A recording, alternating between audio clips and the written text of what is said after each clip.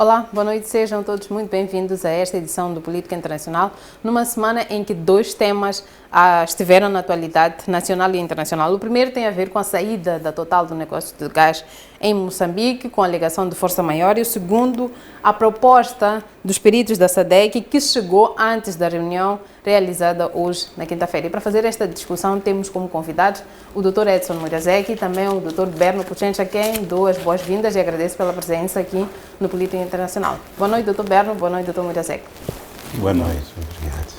Dr. Berno, há algumas semanas estivemos a discutir qual seria a probabilidade da Total continuar ou não no negócio do gás em Cabo Delgado, e esta semana a Total enviou um documento às autoridades moçambicanas informando que, por razões de força maior, ela para, neste momento, a pretensão de iniciar este negócio de exploração de gás em Cabo Delgado. Dr. Berno, peço desculpas, o que significa esta alegação de força maior, não só para Moçambique, mas também por que a Total faz estas alegações, e se são legítimas ou fazem todo sentido no contexto que nós estamos a viver?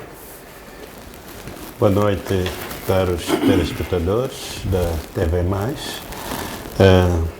De facto, o que está a acontecer neste momento é bastante preocupante para o país e também para os investidores que estão envolvidos no negócio de gás e petróleo na bacia do Rovuma. Eu sempre que ouvi, não é, os vários mídias falando deste assunto, portanto, verifico várias alas, os prós e contras, ou os pessimistas e otimistas.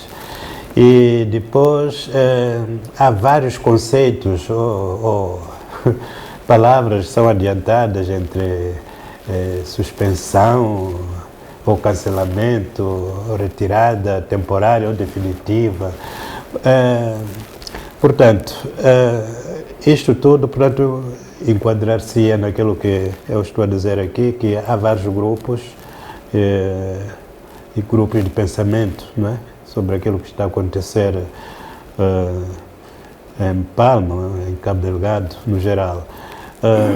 Eu, pessoalmente, sou bastante otimista, na medida em que nós encontramos uma evolução global favorável, tanto para a retoma das atividades posteriores pela Total, assim como para o desenvolvimento de Moçambique, não é? Num outro sentido, nos próximos momentos. Portanto, aquilo que aconteceu com a Total, portanto, justifica-se neste contexto, não é? Justifica-se neste contexto. Tanto mais que houve várias tentativas do próprio governo moçambicano de investir na defesa, na proteção dos recursos que estavam a ser descobertos, mas infelizmente, portanto, o processo correu mal, não é? Porque nós podemos nos recordar, na altura em que estavam a ser inspecionados, não é? A prospecção naquela região, havia também possibilidades, não é? Adiantavam-se ideias para a proteção daquilo que está-se a descobrir. Portanto, são recursos bastante preciosos que não podem ser descobertos e explorados assim como se não houvessem inimigos neste mundo, não é? Dali que, eventualmente, pronto, adiantou-se aquela proposta de segurança, não é?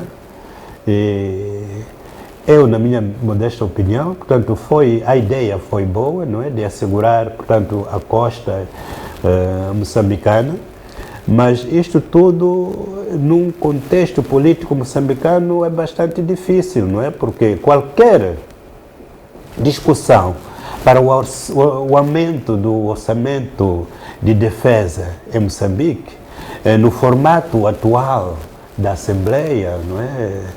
Portanto, é bastante polêmico, não é? Porque nós temos um partido, não é, que agora está a ser desarmado, não é?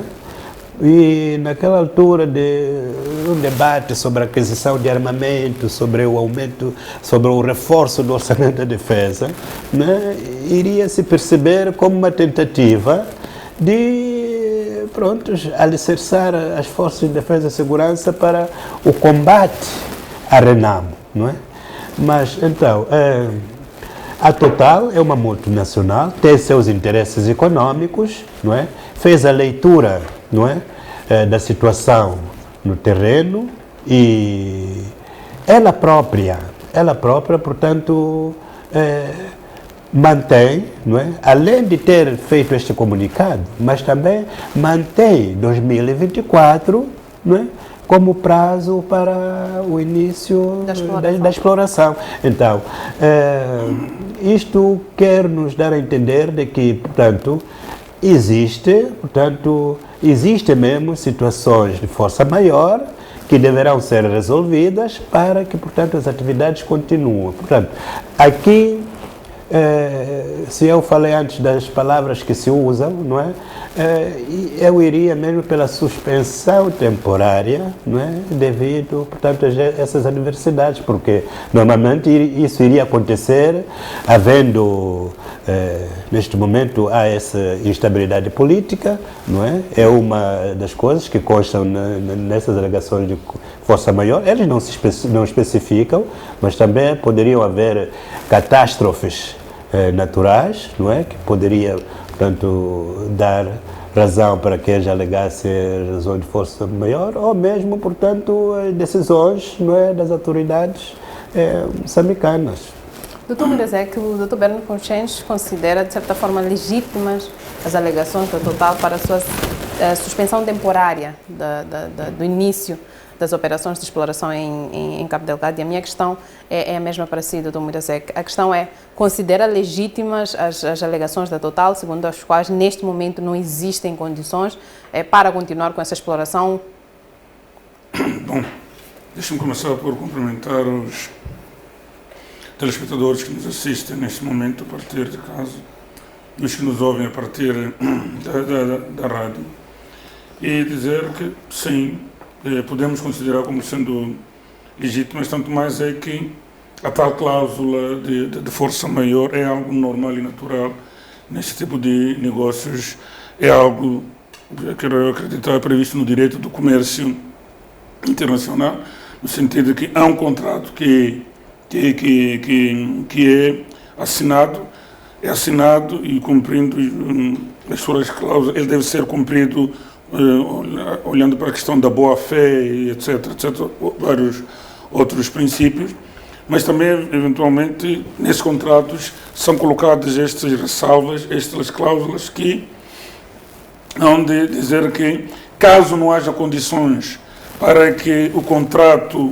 seja efetivamente, ou seja cumprido no tempo que foi previsto, nas condições que tinham sido previstas, então pode descansar. Aliás, isso é uma questão prevista no próprio, pelo que estamos a ouvir, não temos acesso ao contrato, mas pelo conhecimento que nós temos do direito do comércio internacional, é algo natural.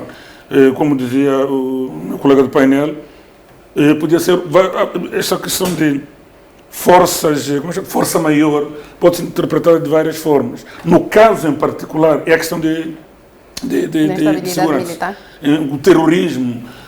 Aliás, esse é um dos efeitos adversos do terrorismo, de estar a emperrar processos de desenvolvimento, de estar a emperrar um projeto, o maior projeto em termos de investimento que já foi feito no continente africano, e por causa das ações subversivas destes terroristas que, para além de estar a ceifar vidas humanas, para além de estar a destruir infraestruturas, fazendo o país retroceder depois destes mais de 40 anos de independência, estamos a ver também a fazer retrair o investimento, em que a empresa que está a investir, os investidores estão com receio de continuar neste momento, enquanto a situação prevalecer, principalmente quando os ataques aproximaram-se do local onde está a ser implantado o projeto, quando atingiram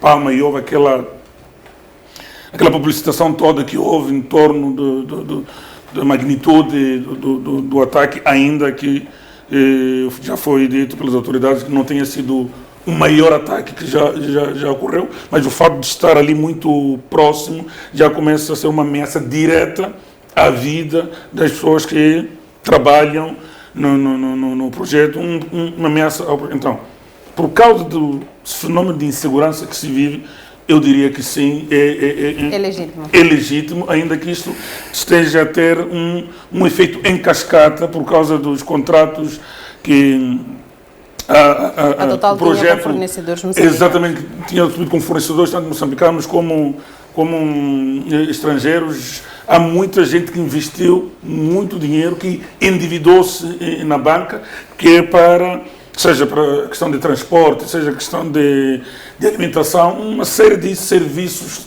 que iam ser fornecidos à Total, que entretanto, por causa do terrorismo, por causa da situação de insegurança, vão parar. Mas então eu diria respondendo ou resumindo, sim, podemos considerar legítima esta paragem temporária, na expectativa de que rapidamente o problema de terrorismo, o problema de segurança seja resolvido, que é para o projeto continuar tal como foi previsto. Aliás, como também disse o meu colega de painel, apesar deste problema, o plano mantém-se, que até 2024 vai sair o primeiro lote de gás natural liquefeito a partir de Cabo Delgado.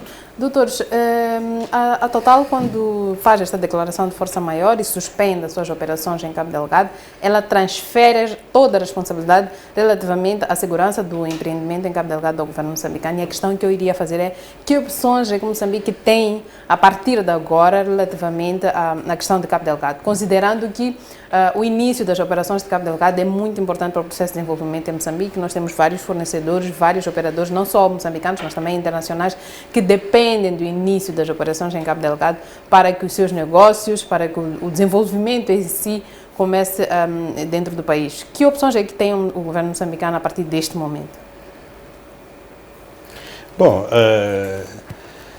como devemos notar, portanto, esta é uma situação muito complexa, não é?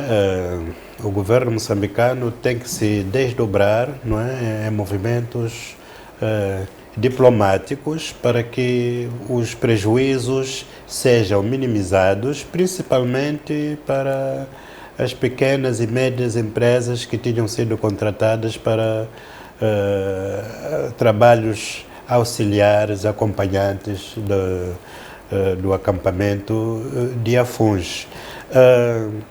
Como já devemos saber, no cerne dessas questões da retirada da Total está a questão da segurança.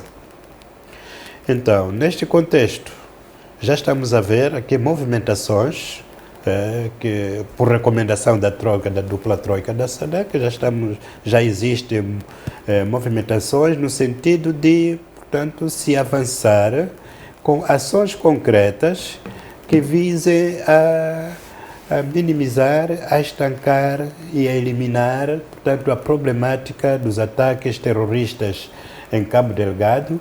Aliás,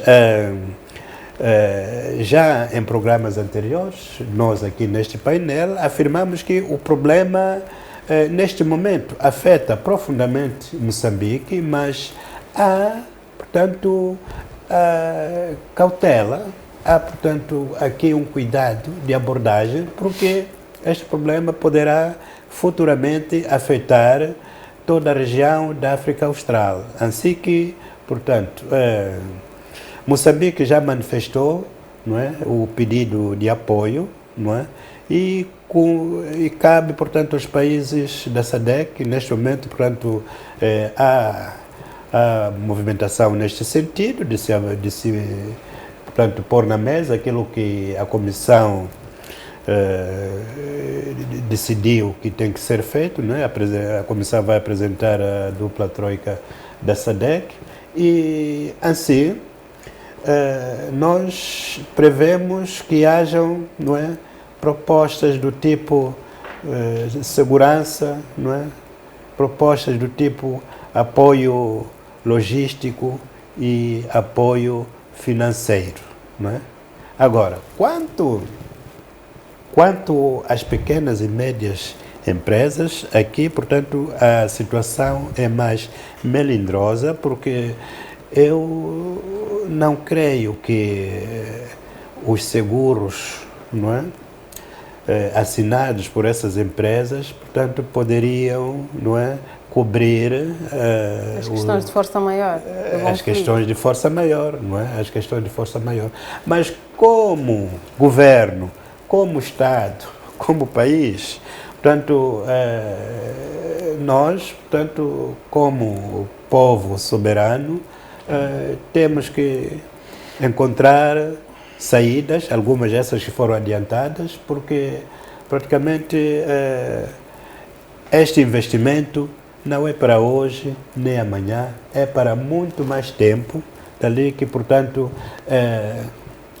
é a altura de testarmos mais uma vez a nossa resiliência. Doutor Muirasek, acredita que a solução para o problema de Cabo Delgado e particularmente da volta da Total em Moçambique passa por uma intervenção internacional? Não necessariamente. Eu acredito que o problema de Cabo Delgado passa por Moçambique conseguir resolver o problema de Cabo Delgado. Quer dizer, essa é a minha expectativa. Moçambique tende a conseguir debelar o fenômeno de terrorismo em Cabo Delgado. Agora, há uma coisa, nenhum país é uma ilha, nenhum país eventualmente é capaz de, por si só, combater ações subversivas como de terrorismo em Cabo Delgado. Há de ser sempre necessário que haja esta colaboração, esta cooperação com outros países, sejam da região da SADC como de fora, porque combater o terrorismo, eliminar o terrorismo em Cabo Delgado é, em primeira instância, uma questão de interesse nacional de Moçambique, uma questão de defesa da soberania, da integridade territorial, da segurança do Estado moçambicano. E só Moçambique é que pode garantir isto, e não se pode confiar a defesa da soberania, a defesa da segurança do povo, do território, das instituições a terceiros. E que opções é que o governo moçambicano tem neste momento para, sozinho, neste momento, não necessariamente como uma ilha, mas neste momento, quais são as opções que Moçambique pode usar para debelar ou pelo menos controlar o fenómeno de Eu penso que é continuar com o que tem estado a fazer, que é continuar a reforçar a frente de combate contra o terrorismo. Moçambique tem que continuar a fazer isso, eventualmente as forças de defesa e segurança podem ter outro problema e outra fraqueza. Aliás, não nos esqueçamos que o terrorismo é um fenómeno muito complicado de se combater, mesmo quando estamos a falar de grandes potências. Tem havido dificuldades em combater este tipo de fenômeno, principalmente quando tu não sabes quem é que estás a combater. Estás a combater terrorista, mas quem é o terrorista?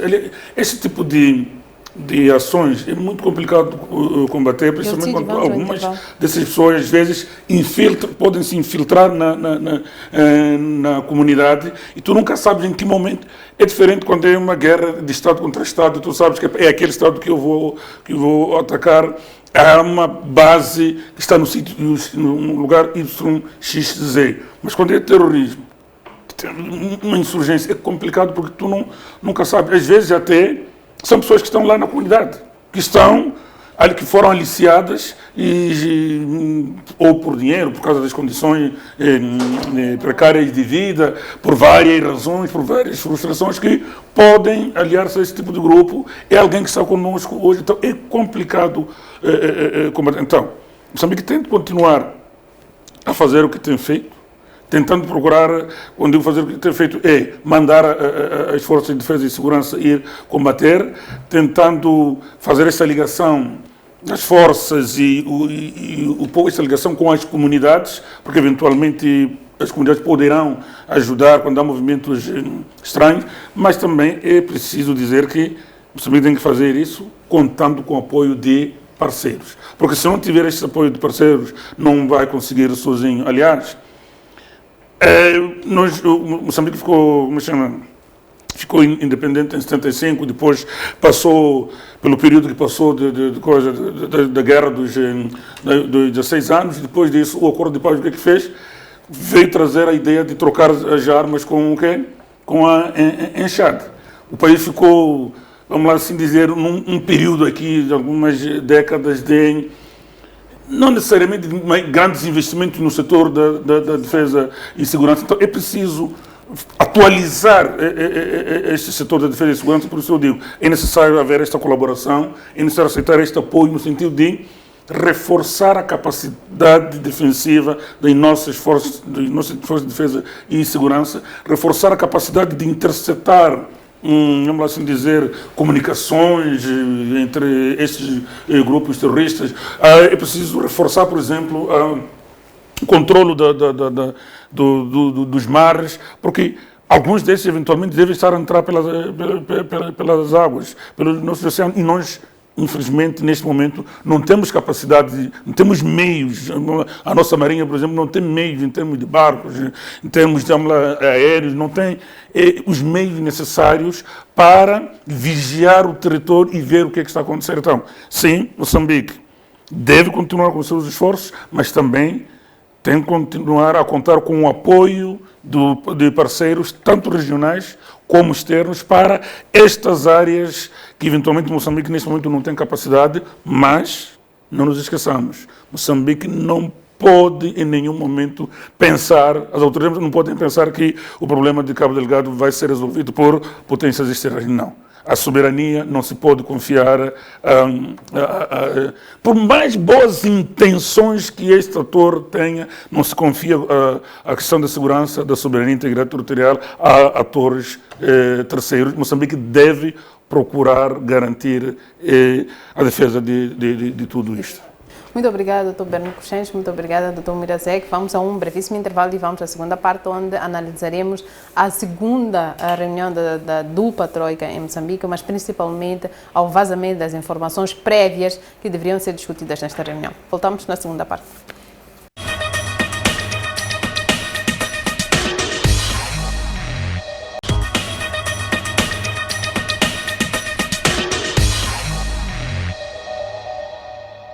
Voltamos à segunda parte do Política Internacional, onde continuaremos a analisar a questão de Cabo Delgado, mas agora sob nova perspectiva.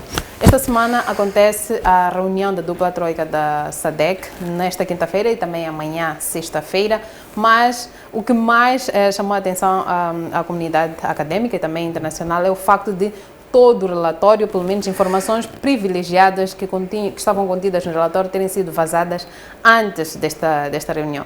E a primeira pergunta que eu queria fazer aos doutores, tanto o Mirazek como ao Dr. Cruxenche, o que significa este vazamento de informação? Moçambique tem estado a discutir a questão do terrorismo, onde a informação é um elemento bastante importante, e há quem diga que alguns dos desenvolvimentos em Cabo Delgado têm a ver com esta falta de proteção de informação, e hoje, bem antes da reunião da dupla troika da SADC, nós tivemos informações privilegiadas do relatório dos peritos da SADC sobre este.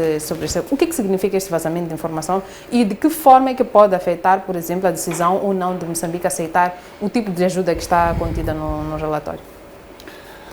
Bom, esta coisa de vazamento de informação... Lembrando que já não é a primeira vez que no âmbito de uma reunião da SADC... Deixa-me dizer que não é no âmbito da reunião da SADC. É algo, infelizmente, ou felizmente, dependendo do ponto de análise, tem acontecido de forma reiterada, seja na reunião da SADC, seja em vários outros tipos de reuniões, ou do governo, ou de fora internacionais. Isso acontece muito. Acontece muito e depende do interesse de quem que está a vazar. Às vezes, quem vaza quer dizer, é algo estratégico, até vazar a informação antes. Às vezes, não é bem estratégico, é alguém que quer, como é que eu vou dizer isso, quer forçar ou influenciar a tomada de decisão para ir num determinado rumo. Então, há de haver várias agendas que podem levar a que uma determinada informação seja vazada. Quando eu digo, por exemplo, pode ser estratégico no sentido de que pode haver uma reunião e os próprios que promovem a reunião vazarem a informação antes, que é para medir o pulsar da opinião pública em torno de... Não é este o caso. Justamente, não olharia... mas esta é uma informação estratégica, é uma informação de segurança, não necessariamente de segurança de Moçambique, mas até de segurança dos países da região. E a questão é que países ou que atores teriam interesse, por exemplo, que vazasse esse tipo de informação? Eu não diria que países em específico teriam interesse em vazar esse tipo de informação. Eu não estaria em condições de apontar dedos. Que podemos fazer aqui, na verdade, é levantar algumas hipóteses ou algum cenário do porquê, por exemplo, de levantar ou de vazamento deste tipo de informação. Eu dizia que pode ser de forma estratégica ou pode ser para influenciar o processo de tomada de decisão para ir numa determinada direção. Podemos, por exemplo, dizer que este vazamento dessa informação deriva-se ao fato de haver interesses de que Moçambique, porque Moçambique até agora tem refutado, tem resistido, se assim se pode dizer, que haja uma intervenção militar externa para debelar a situação de terrorismo em Cabo Delgado, o que é perceptível, olhando para aquela dimensão que eu falava na primeira parte da questão da soberania, integridade territorial. Estas coisas são do Estado como está. Então pode ser que, para algumas informações que se colocam lá, fala-se, por exemplo, da necessidade do envio de 3 mil, perto de 3 mil militares serem destacados para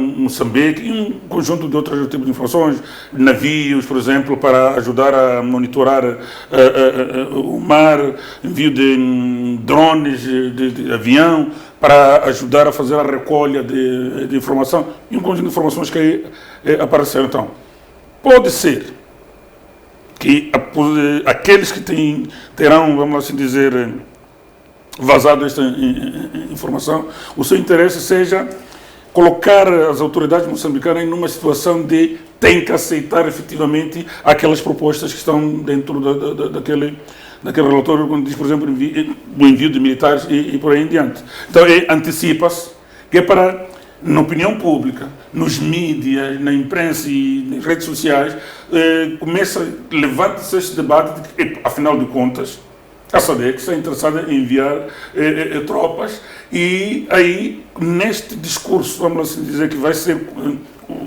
sendo construído nestes fóruns e aí, eventualmente, o pensamento pode ser na dimensão de que vai amarrar o governo e dizer o governo tem que aceitar necessariamente aquilo que são as propostas do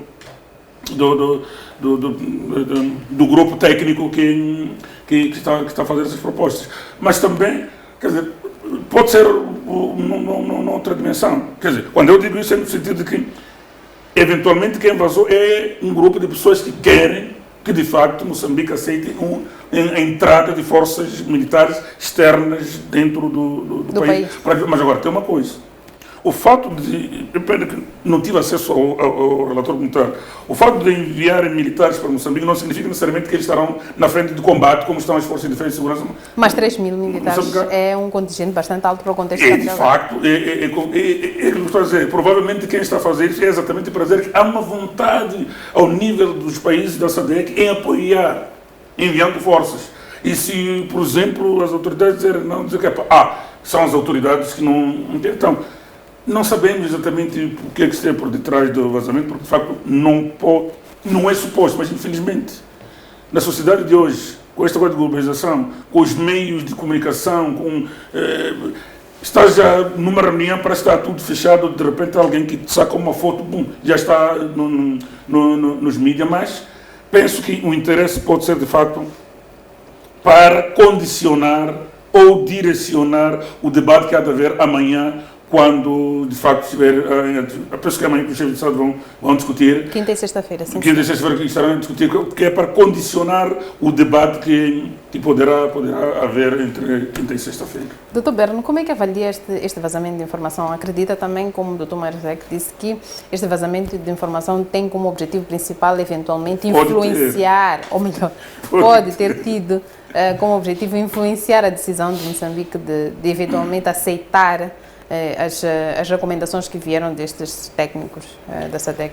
Bom, em primeiro lugar, lamentar esses procedimentos, né? Isto que acontece com os nossos problemas, não é? Isso não é só aqui em Moçambique, às vezes acontece um pouco por todo lado, dali que, portanto, há várias estratégias seguidas pelos governos, pelas organizações, não é? Mas depois eles incorrem a outro tipo de observações, né? Quando, por exemplo, decretam sessões à porta fechada, no acesso deste e daquele, não é? Então alega-se tudo em prol da liberdade de imprensa e por aí fora. Mas aqui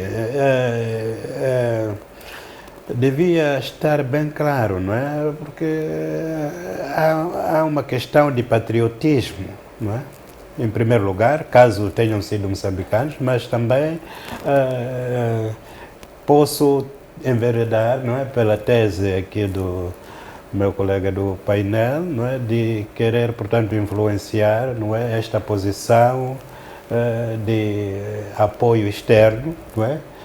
Na medida em que Moçambique tem sempre defendido, portanto, a posição de que os moçambicanos é que vão, portanto, lutar contra o terrorismo.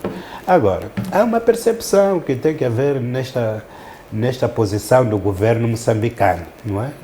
E tem havido uma má percepção.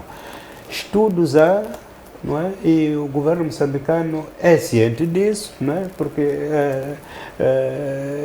Moçambique tem uma escola prestigiada em relações internacionais, de diplomacia, onde, portanto, os assuntos de paz, conflitos, portanto, constituem muitas das vezes portanto, um grande debate, não é? E grandes estudos surgem, dali que praticamente o governo moçambicano sabe que não pode combater o terrorismo sozinho, não é?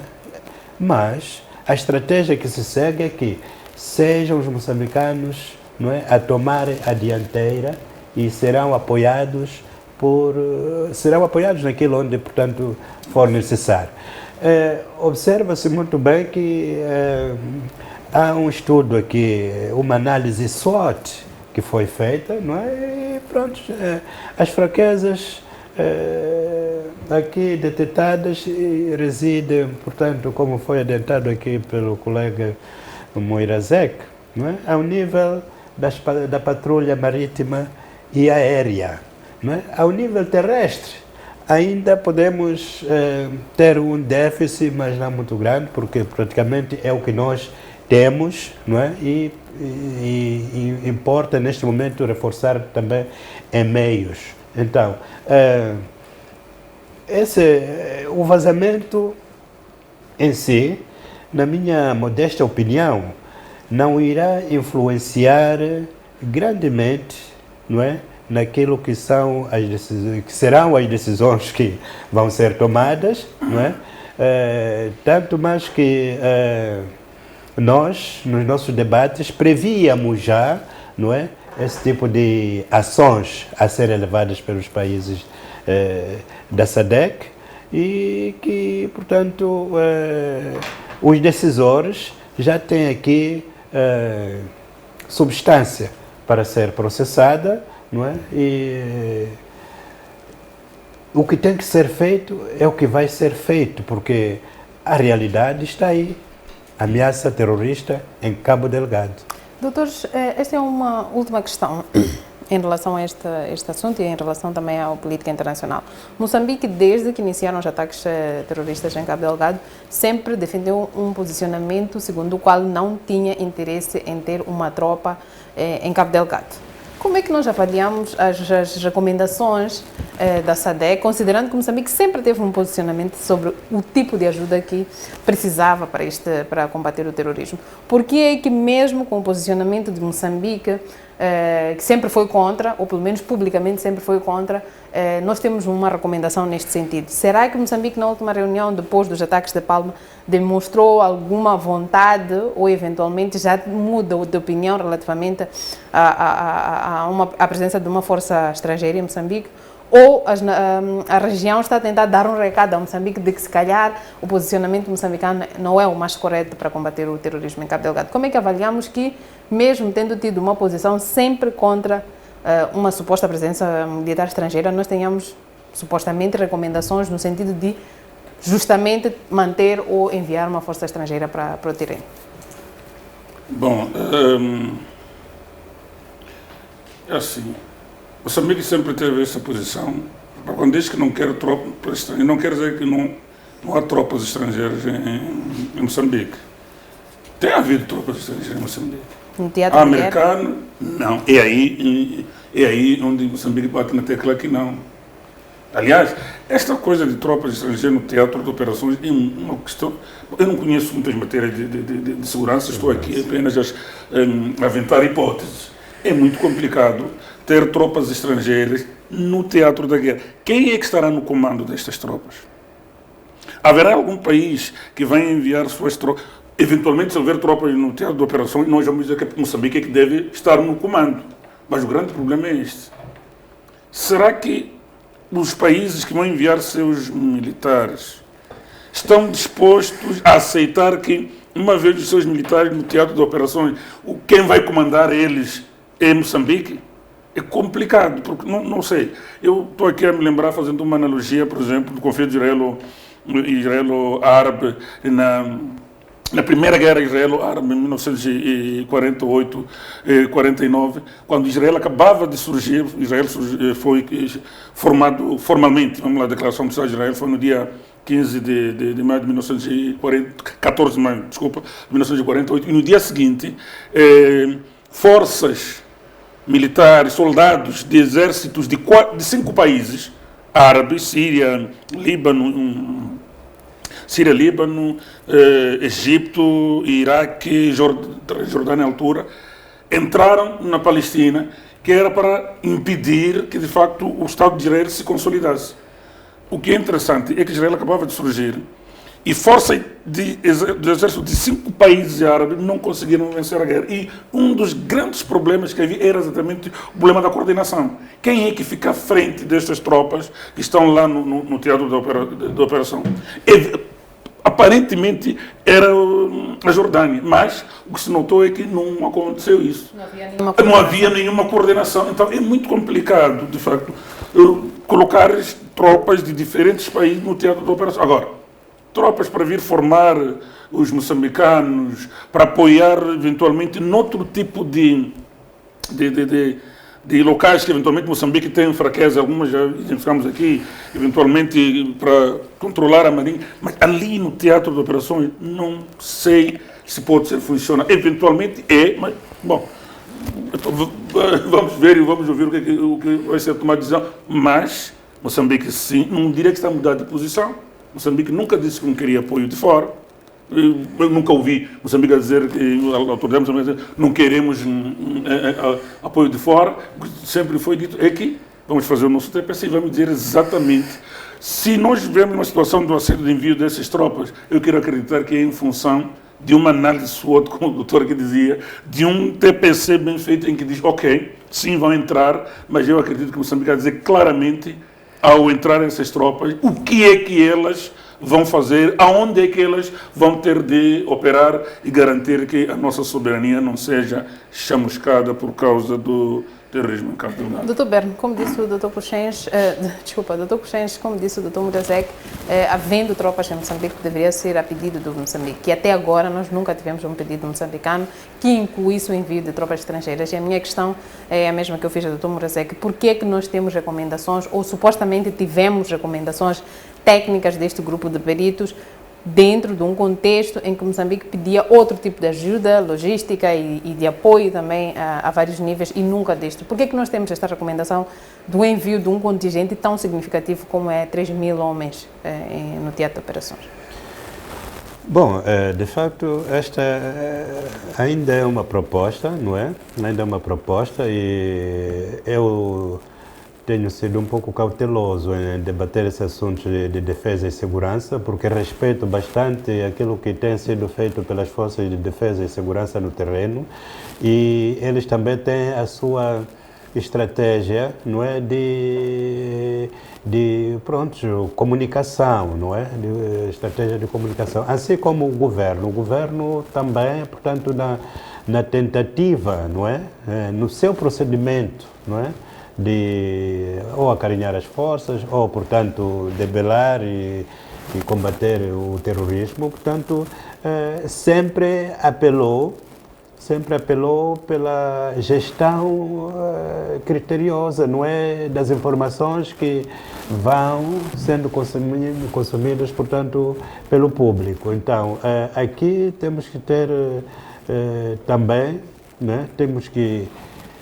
ter a certeza de que o governo sempre negociou, né, com vários países do mundo, né? Sabemos que isto começou com a União Europeia, não é?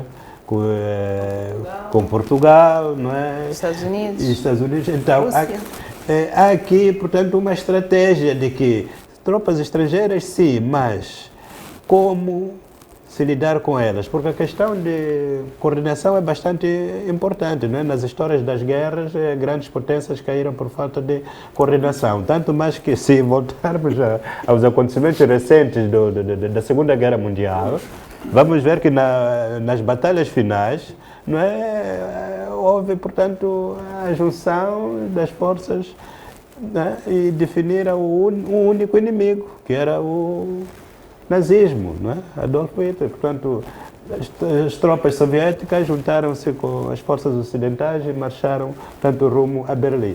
Aqui, para o nosso caso, não é? Já tínhamos referenciado aqui no Política Internacional de que é preciso um comando conjunto, havendo, portanto, esta saída de tropas estrangeiras em Moçambique. Mas eu também sou apologista dessa ideia de que o protagonismo, não é? Isto parafraseados peritos da segurança, não é, que tem recomendado o nosso governo, que, portanto, o protagonismo deve ser, não é, tomado pelos moçambicanos. Muito obrigada, Dr. Berno Cochenche, muito obrigada, Dr. Edson Mudasek. Termina assim o nosso Política Internacional numa semana em que analisamos a proposta dos peritos da SADC relativamente à situação de Cabo Delgado e também a alegação de força maior e saída temporária da Total das operações em Cabo Delgado. Voltamos na próxima semana com outros temas de atualidade nacional e internacional. Não deixe de acompanhar-nos. Até lá.